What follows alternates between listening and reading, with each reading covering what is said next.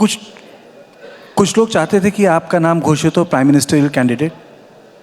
ये देखो, ये सब ये चीज़ें अगर मैं उल्टा कहूँ तो आप लोग नाराज हो जाए। ये भी हवा की बात ही है ना।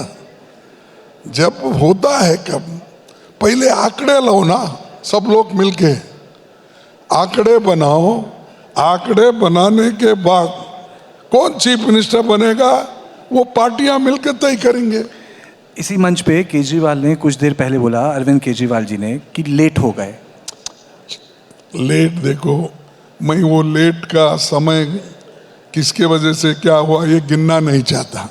मैं सबको मिलके लेके चलना चाहता हूँ मेरे पार्टी के वो तरफ से। अगर कोई कमजोरी भी हमारी है तो हम मान लेंगे, भाई ये हमारी कमजोरी है, ठीक है, आगे चलिए। ठीक है। नरसिम्हा राव ने 92 में एक चीज़ बोली थी, पूर्व प्रधानमंत्री। उन्होंने कहा था कि वो भारतीय जनता पार्टी से लड़ सकते हैं, राम से नहीं। अच्छा, हर एक की आस्था होती है, क्योंकि नरसिम्हा राव जी मेरे को बड़े क्लोज थे। हमारे हैदराबाद कर्नाटक मूवमेंट में वो उस एरिया के ही थे, तो मैं तो हमेशा उनको मिलते रहता था। अब जब कभी हैदराबाद आते थे मिलता था, वो गुलबर्गा भी आते थे तो मिलता था। और उनके जो गुरु थे अपने हमारे उनके जो बहुत बड़े वो चाहते हैं, अब उनके जो वो जिंदगी बीजापुर में ही रहते थे पहले जी, तो उन्होंने पॉलिटिकली उनको प्रोत्साहन किया था तो नरसिंह राव जी को। इसलिए नरसिंह राव जी करीबी गुलबर्गा से, बीदर से, रायचूर से और दूसरे इलाके निजाम इलाके से वो संबंध रखते थे। तो इसलिए वो पहले से मुझे उनका मालूम है। और वो एक जब लैंड रिफॉर्म्स एक्ट को इम्प्लीमेंट करना चाहते थे, आपने बोला मालूम है, क्या मालूम है? नहीं, यानी उनके जो विचारधारा थी वो उसके बारे में बोल रहा हूँ।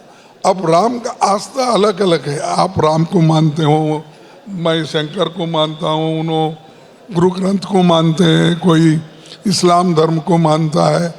हर एक आदमी की आस्था अलग अलग है। एक ही धर्म में रह के भी अलग अलग घर के भगवान अलग होते हैं।